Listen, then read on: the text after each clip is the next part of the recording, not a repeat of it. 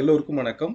World largest எக்கனாமியான யூஎஸ்ல ஒரு political change நடக்கும்போது அது கண்டிப்பாக வேர்ல்டு மார்க்கெட்டை அஃபெக்ட் பண்ணும். ஸோ வேர்ல்டு கண்ட்ரீஸில் அனைத்துமே யூஎஸ் உடைய பிரசிடென்ஷியல் எலெக்ஷனை வெயிட் பண்ணி பார்த்துக்கிட்டு இருந்தாங்க.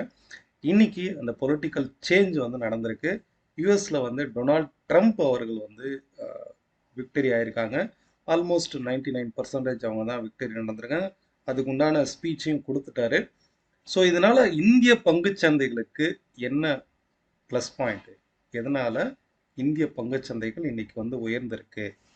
அது மட்டும் இல்லை, கோல்டு ஏன் ஃபால் ஆகுது, சிக்னிஃபிகண்ட்டாக ஃபால் ஆகுது, அண்ட் வேற எந்தெந்த செக்டாருக்கு இது பாசிட்டிவ் அப்படிங்கிறத ஃபர்ஸ்ட் பார்த்துடலாம். பொதுவாக இந்த டொனால்ட் ட்ரம்ப் அவர்கள் என்ன பண்ணுவாங்கன்னா, ட்ரேடு டெபிசிட் ஃபோக்கஸ் பண்ணுவாங்க. அந்த கண்ட்ரியினுடைய பொருளாதாரத்தில் அதிகமாக ஃபோக்கஸ் பண்ணுவாங்க. குறிப்பாக வெளிநாட்டிலிருந்து இறக்குமதி பண்ணக்கூடிய அந்த பொருட்களுக்கு வரி விதிக்கிறது, இந்த மாதிரி ட்ரேடு டெபிசிட்டை கண்ட்ரோல் பண்ணக்கூடிய நிறைய டாக்ஸஸ் இம்ப்ளிமெண்ட் பண்ணுறது, இந்த மாதிரி ஆக்டிவிட்டீஸில் அது ஈடுபடுவாங்க.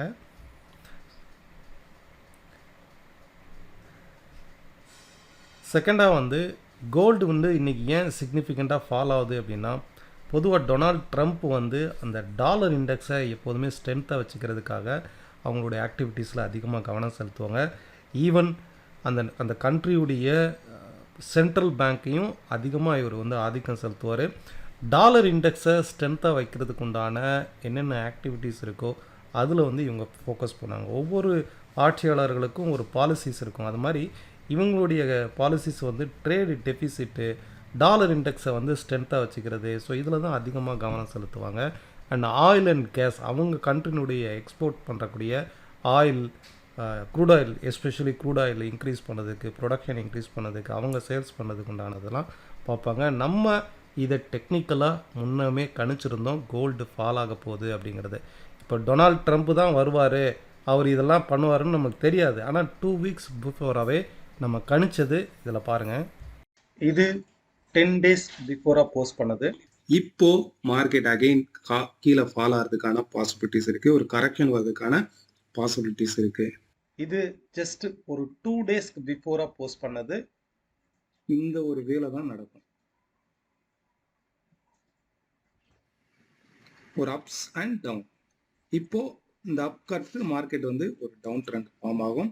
மினிமம் 72,000 வரைக்கும் ஃபால் ஆகிறதுக்கு பாசிபிலிட்டிஸ் இருக்கு. இப்போ இன்னைக்கு ஒரே நாளில் மட்டும் 78,600 இருந்து 76,410 வரைக்கும் ஃபால் ஆயிருக்கு. கிட்டத்தட்ட 1,200 புள்ளிகள் வரைக்கும் ஒரே நாளில் ஃபால் ஆயிருக்கு. இன்னும் இந்த ஃபால் டுவோர்ட்ஸ், நான் சொல்றது 10 கிராம் கோல்டு 78,000 79,000ல இருந்து 72,000 வரைக்கும் ஃபால் ஆகுறதுக்கு பாசிபிலிட்டிஸ் இருக்கு.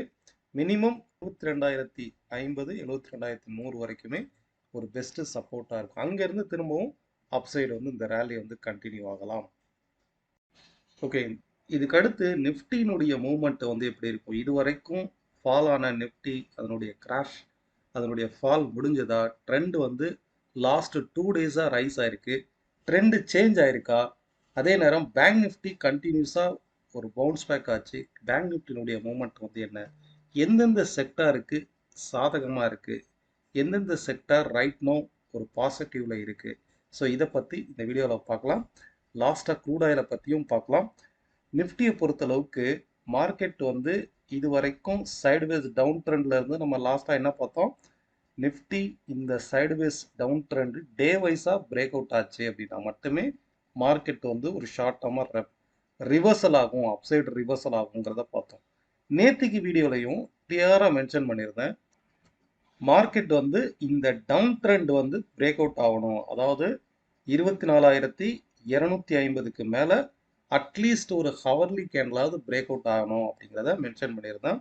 கரெக்டாக இன்னைக்கு மார்க்கெட் ஓப்பன் ஆகும்போது எபோவில் பிரேக் அவுட் ஆகி ஓப்பன் ஆயிருந்தது. ஃபஸ்ட்டு கொஞ்ச நேரம் வெயிட் பண்ணோம், ஏன்னா மார்க்கெட் கேப் அப் ஆனால் கூட ஃபால் ஆகிட்டு இருந்தது. ஆஃப்டர் ஒரு 1 ஹவருக்கு அப்புறம் இந்த பிரேக் அவுட் கன்ஃபார்ம் ஆச்சு. ஒன்ஸ் பிரேக் அவுட் கன்ஃபார்ம் ஆச்சுன்னா சடனாக மார்க்கெட் கீழே கூட ஃபால் ஆகலாம். பட் எந்த பிரேக் அவுட் கரெக்டாக டார்கெட் ஹிட் ஆகும், எவ்வளோ தூரம் எக்ஸாக்டாக போகும், எவ்ரிதிங் லைவ் மார்க்கெட்டில் கணிக்கும் போது இன்னுமே அது ஒரு சேலஞ்சிங்காக இருக்கும். ஏன்னா லைவ் மார்க்கெட் முடிஞ்சதுக்கப்புறம் ஈஸியாக சொல்லிடலாம். லைவ் மார்க்கெட்டில் எக்ஸாக்டாக என்ட்ரி எது, டார்கெட் எது, எவ்வளோ தூரம் போகும் அப்படிங்கிறதான் கணிக்கிறது தான் ரியலி சேலஞ்சிங்காக இருக்கும். இதை நம்ம டெலிகிராம் சேனலில் கூட கிளியராக மென்ஷன் பண்ணியிருக்கிறேன். 11:55க்கு ஒரு போஸ்ட் போட்டிருக்கிறேன். நிஃப்டி வந்து டிபிகே மெத்தட் படி அப்சைடு வந்து ரைஸ் ஆக போகுது. 24,530 வரைக்கும் இந்த ரைஸ் வந்து நடக்கும். ஸோ இன்ட்ராடே ட்ரேடை பொறுத்தளவுக்கு இந்த டார்கெட்டுங்கிறது எவ்வளோ இம்பார்ட்டன்ட்ங்கிறத நம்ம சேனல் மெம்பர்ஸ்க்கு இன்னைக்கு புரிஞ்சிருக்கும். அதுக்கு அடுத்து கிட்டத்தட்ட 11:55 போட்டிருக்கேன். 2:24க்கு அது டார்கெட் ஹிட் ஆயிருக்கு. எவ்வளோ ஹிட் ஆயிருக்குன்னு பாருங்க. 24,536 தான் ஹை. சரி, மார்க்கெட் நம்ம கணிச்சது 24,530 வரைக்கும் ரைஸ் ஆகணும் கணிச்சிருக்கோம். எக்ஸாக்டா 24,536 வரைக்கும் போயிட்டு அகைன் மார்க்கெட் கீழே ஃபால் ஆகுது பாருங்க. ஏன் இது வரைக்கும் ரைஸ் ஆன மார்க்கெட்டு இங்கிருந்து இவ்வளோ தூரம் ஃபால் ஆகணும்? சரி, இந்த இடத்துல ஃபால் ஆகணும். அப்போ இந்த பாயிண்ட்ல ஏதோ இருக்கு இல்லையா? ஸோ ஒவ்வொரு இதுக்குமே இங்கே பிரேக் அவுட் ஆனால் இந்த வேவ் ஸ்ட்ரக்சர் எவ்வளோ தூரம் நெக்ஸ்ட் போகும், இம்பல்ஸ் போகும். ஸோ இதுதான் வந்து என்னுடைய அனாலிசிஸு. லாஸ்ட் 14 இயர்ஸாக இந்த அனாலிசிஸ் தான் நம்ம வந்து என்னுடைய ஓன் ரிசர்ச்சில் தான் நான் இந்த மெத்தட்ஸ் எல்லாம் ஃபைண்ட் அவுட் பண்ணது. ஸோ இதுதான் நம்ம கிளாஸில் டீச் பண்ணுறோம். ஃபைன். நிஃப்டியை பொறுத்த அளவுக்கு மார்க்கெட் வந்து இங்கே பிரேக் அவுட் ஆயிருக்கு. ஸோ ஹியர் ஆஃப்டர் மார்க்கெட் வந்து அப்சைடு வந்து ரைஸ் ஆகிறதுக்கு பாசிபிலிட்டிஸ் இருக்கு. மினிமம் இந்த ரைஸ் வந்து 24,700 24,850 வரைக்குமே இந்த அப்சைடு வந்து ரைஸ் ஆகலாம். மினிமம் வந்து 24,700 வரைக்கும் ரைஸ் ஆகலாம்.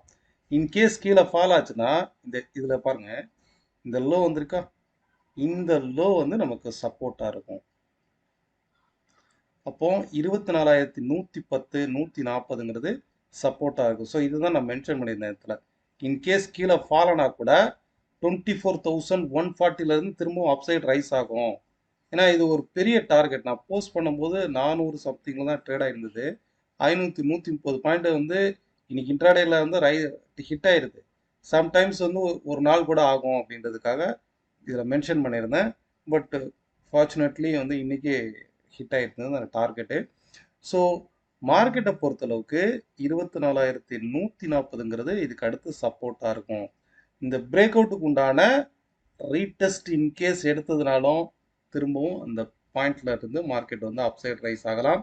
24,700 அண்ட் 24,850ங்கிறது இம்மீடியட் ரெசிஸ்டன்ஸாக இருக்கும். இதே நீங்கள் பேங்க் நிஃப்டி பார்த்தாலும் கிளியராக மார்க்கெட் வந்து இந்த ட்ரெண்டை ஃபாலோ பண்ணுது பாருங்க. ஓவராலாக இந்த ட்ரெண்ட் ஃபாலோ பண்ணுதா? ஸோ பேங்க் நிஃப்டி வந்து நிஃப்டி ரைஸ் ஆன அளவுக்கு பேங்க் நிஃப்டி ரைஸ் ஆகலை. அப்போ பேங்க் நிஃப்டியில் கொஞ்சம் கவனமாக இருக்கணும். இந்த இடத்துல பாருங்க, பேங்க் நிஃப்டி வந்து கிட்டத்தட்ட இந்த இடத்துல இந்த ரெசிஸ்டன்ஸை 52,460 52,500ங்கிறத எத்தனை முறை மார்க்கெட் வந்து ரெசிஸ்டன்ஸ் ஆக்ட் ஆகிருப்பாருங்க. ஒவ்வொரு முறையும் இந்த ரெசிஸ்டன்ஸ்லேருந்து மார்க்கெட் கீழே ஃபால் ஆகுதா?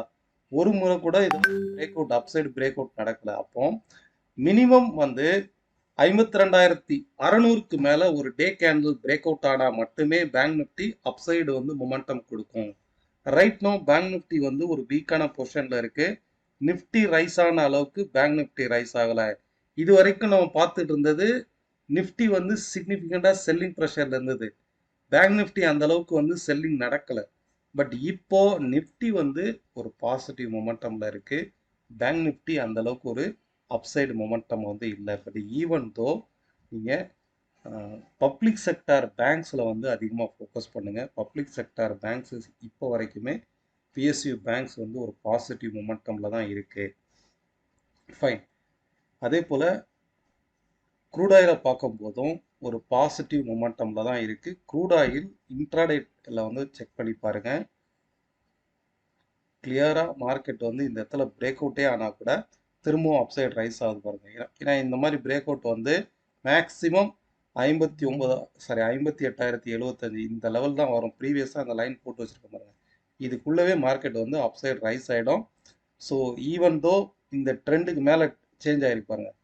க்ரூட் ஆயிலை பொறுத்தளவுக்கு 6,170 6,270 வரைக்கும் இந்த ட்ரெண்டு அப்சைடு போகிறதுக்கான வாய்ப்பு இருக்குது. க்ரூட் ஆயிலை பொறுத்தளவுக்கும் பயான் டிப்ஸில் வந்து இருக்கு. ஏன்னா சைனீஸ் வந்து அவங்க ஸ்டிமுலஸ் பேக்கேஜ் ஏதாவது அனௌன்ஸ்மெண்ட் கொடுத்தாங்க அப்படின்னா கண்டிப்பாக சைனீஸ் மார்க்கெட் வந்து டெவலப் ஆகும்போது க்ரூட் ஆயிலினுடைய ப்ரைஸ் வந்து இன்க்ரீஸ் ஆகும். ஃபைன், இண்டிவிஜுவல் ஸ்டாக்ஸ் வந்து நம்ம இன்னொரு வீடியோவில் பார்க்கலாம். இந்த வீடியோ நாளைக்கு உங்களுடைய ட்ரேடுக்கு ஹெல்ப்ஃபுல்லாக இருக்கும்னு நினைக்கிறேன். பெரும்பாலான கமெண்ட்ஸுக்கு நான் ரிப்ளை கொடுத்துருக்கேன். நீங்கள் எடுத்துக்கூடிய ஸ்டாக்ஸோடைய ட்ரெண்டு, சப்போர்ட், ரெசிஸ்டன்ட், ஸோ இதை பற்றி உங்களுடைய கருத்துக்கள் கீழே உள்ள கமெண்ட் பாக்ஸில் தெரிவிங்க. இன்னொரு வீடியோவில் பார்க்கலாம். நன்றி, வணக்கம்.